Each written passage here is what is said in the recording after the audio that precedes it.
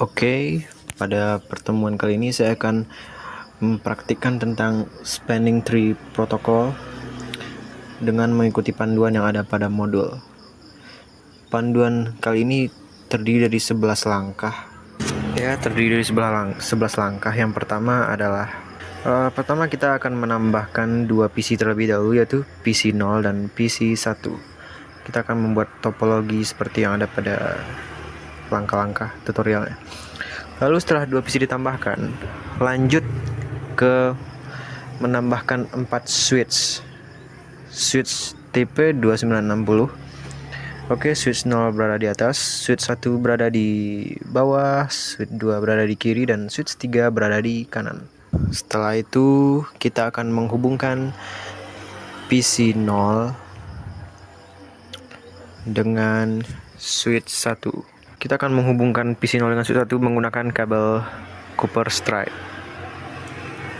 dan diletakkan di port 3, Fast Ethernet port 3. Oke. Setelah itu kita hubungkan juga PC 1 dengan switch 0 dan letakkan juga di port 3.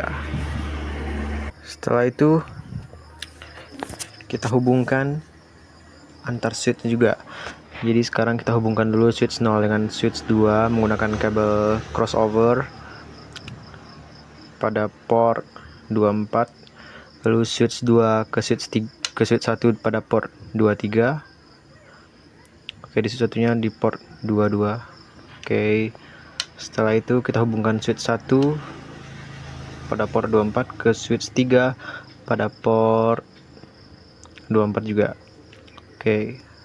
Setelah itu hubungkan lagi switch 3 di switch 0 dulu pada port 23 dan ke switch 3 pada port 23. Oke. Setelah itu kita tambahkan IP pada PC 0. IP pada PC 0 yaitu 192.168.10.5.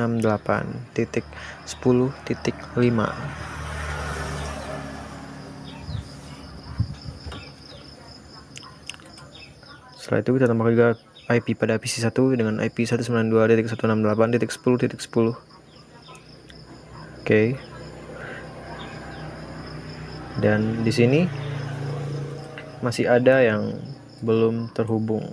Oke, setelah itu secara default perangkat switch Cisco sudah terpasang protokol spanning tree, sehingga otomatis topologi loop akan diputus secara otomatis dengan memilih salah satu port berstatus blocking.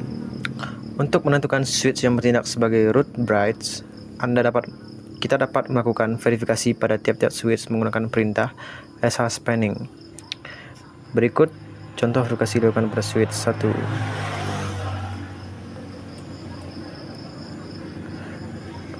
Bandingkan nilai priority dan MAC address pada root ID dan bridge ID.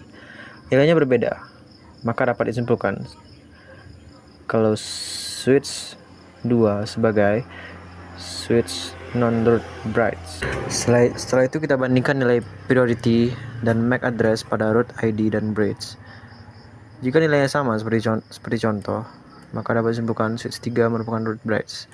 Dan di sini adalah root 3 dan di sini switch 3-nya MAC address dan root ID-nya sama, maka switch 3 di sini sebagai root bridge.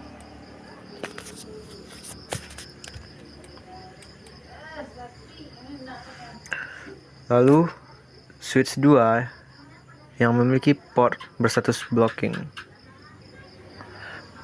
kita verifikasi menggunakan SH spanning tree. Oke.